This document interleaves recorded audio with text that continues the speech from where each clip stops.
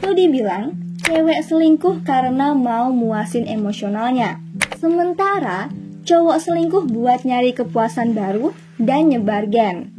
Well, alasan cowok cewek selingkuh emang gak bisa dipukul sama. Karena alasan cewek selingkuh ternyata bisa lebih rumit dibanding cowok. Hai semuanya, selamat datang di channel Billion Project, tempat kita sharing informasi edukatif. Dengan aku, Vina, yang di video ini kita bakal bahas topik tentang affair atau selingkuh. Jadi, jangan lupa like, comment, and subscribe supaya kalian gak ketinggalan update terbaru dari channel ini. Yuk, kita mulai. Selingkuh. Apa sih yang terlintas di pikiran kalian kalau dengar kata itu? Marah, kesel, kecewa, campur aduk lah pastinya ya. Tapi sayangnya, di sekitar kita atau di sosial media, banyak banget kasus selingkuh seliweran di mana-mana. Saking banyaknya, percaya nggak kalau ternyata fakta yang ada, selingkuh di Indonesia bahkan jadi peringkat kedua di Asia setelah Thailand. Wow, ada sebanyak 40% kasus perselingkuhan yang rata-rata banyak dilakukan sama orang usia 30 sampai 39 tahunan. Waduh, jadi bingung gak sih? Mau bangga karena prestasinya yang dapat juara 2 atau mau sedih? Makanya, kadang kita gak pernah tahu apa yang beneran terjadi di balik pintu rumah orang lain.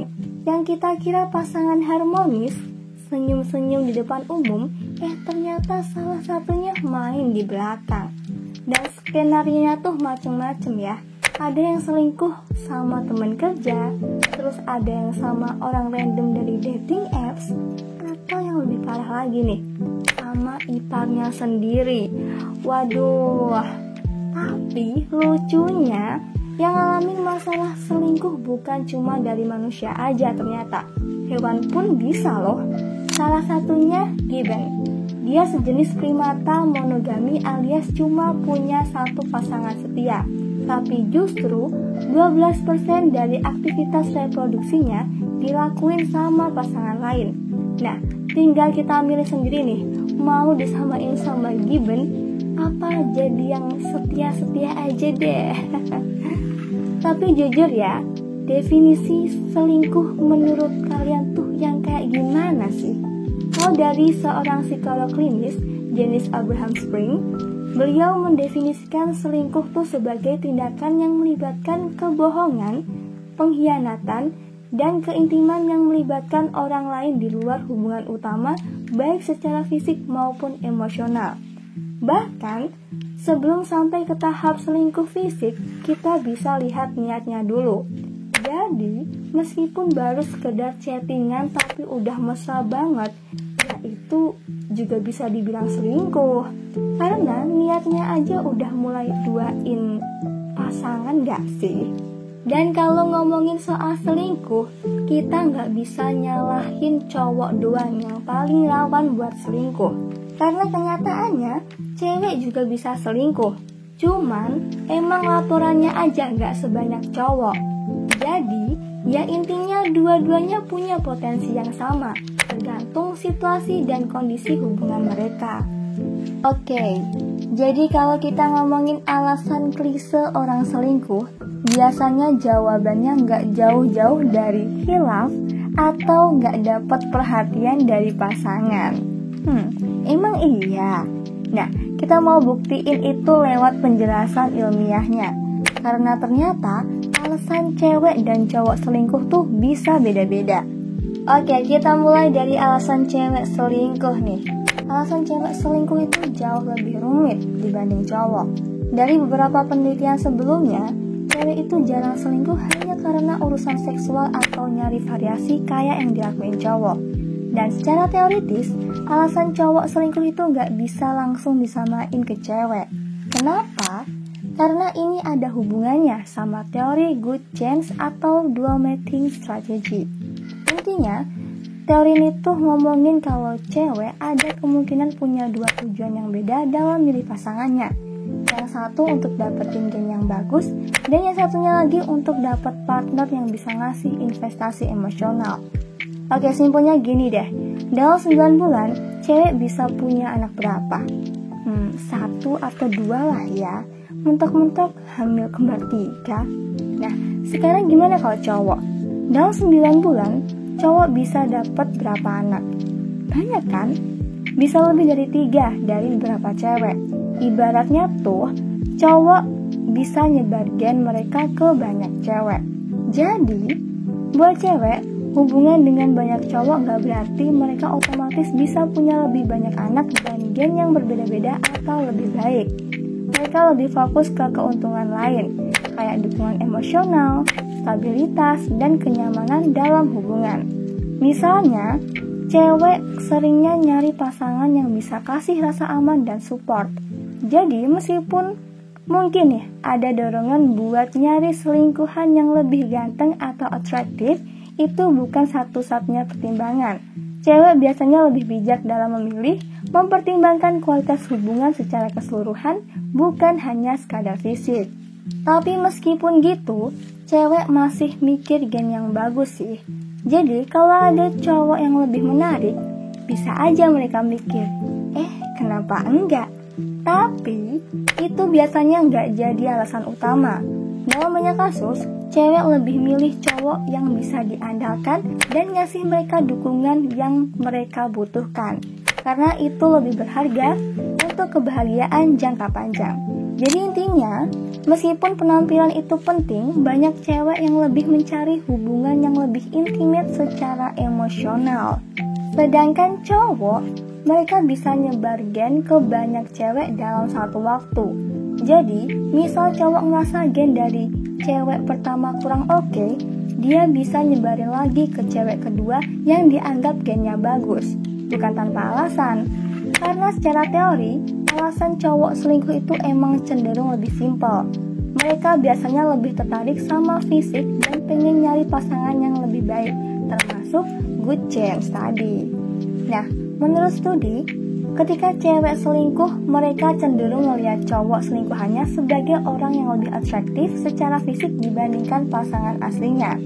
Tapi, mereka juga ngerasa kalau cowok selingkuhannya itu kurang cocok sebagai calon orang tua atau pasangan hidup jangka panjang. Istilahnya tuh kayak gini, orang ini tuh cuma cocok dijadiin pasangan aja, tapi nggak bisa gue jadiin suami atau ayah buat anak gue. Aduh, sakit banget gak sih? Dan kamu tahu gak sih, ternyata cowok ataupun cewek pas mereka selingkuh, sama-sama lebih kepincut sama selingkuhan mereka secara fisik dibanding pasangan utama. Ini tuh kayak strategi good genes tadi yang berlaku buat semua orang gitu. Cuma yang bikin beda motivasi dibaliknya. Cowok mungkin lebih fokus sama penampilan, sedangkan cewek bisa mikir lebih dari itu, kayak perhatian atau dukungan emosional.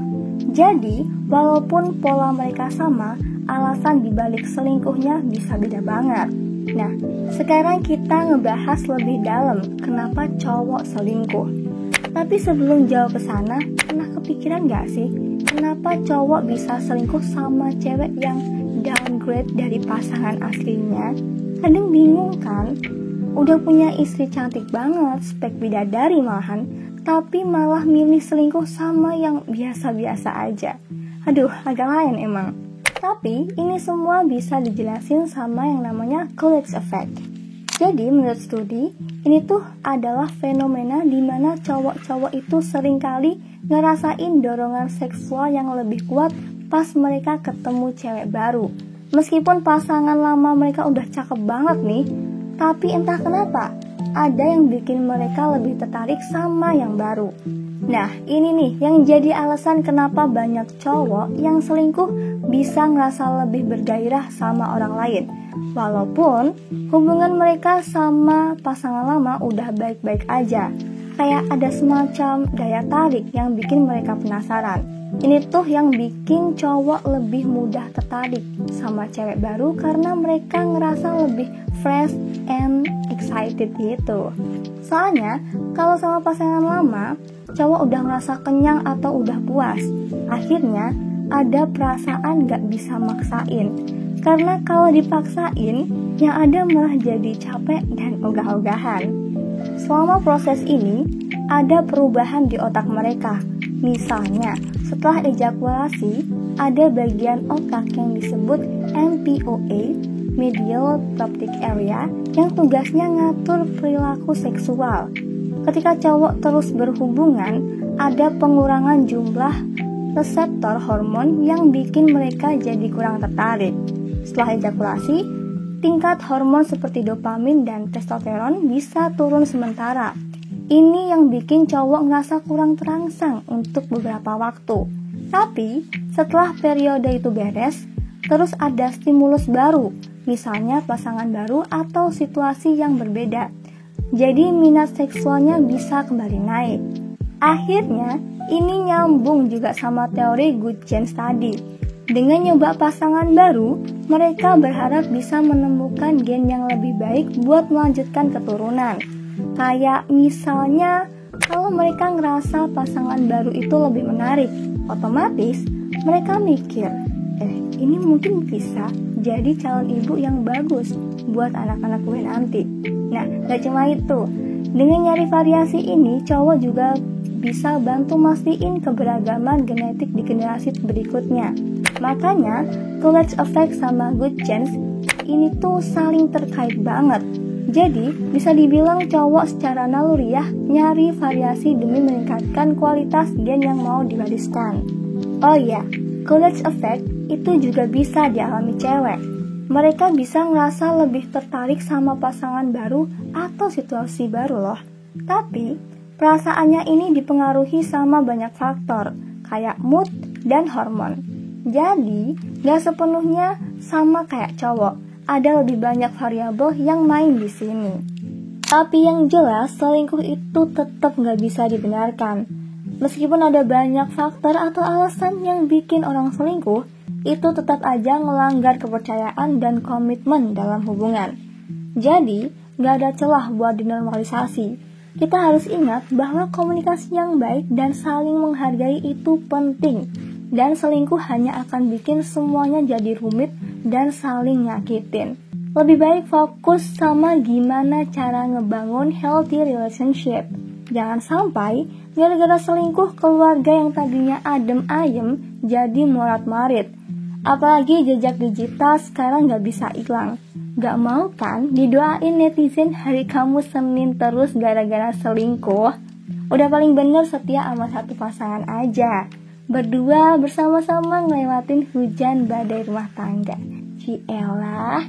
And then, just remember, we only live once, so take life advance. Share video ini ke teman-teman kalian supaya nggak berhenti di kamu. Klik subscribe dan nyalain notifikasinya untuk terus update dengan informasi-informasi bermanfaat lainnya. Sampai jumpa di video lainnya, and have a good day!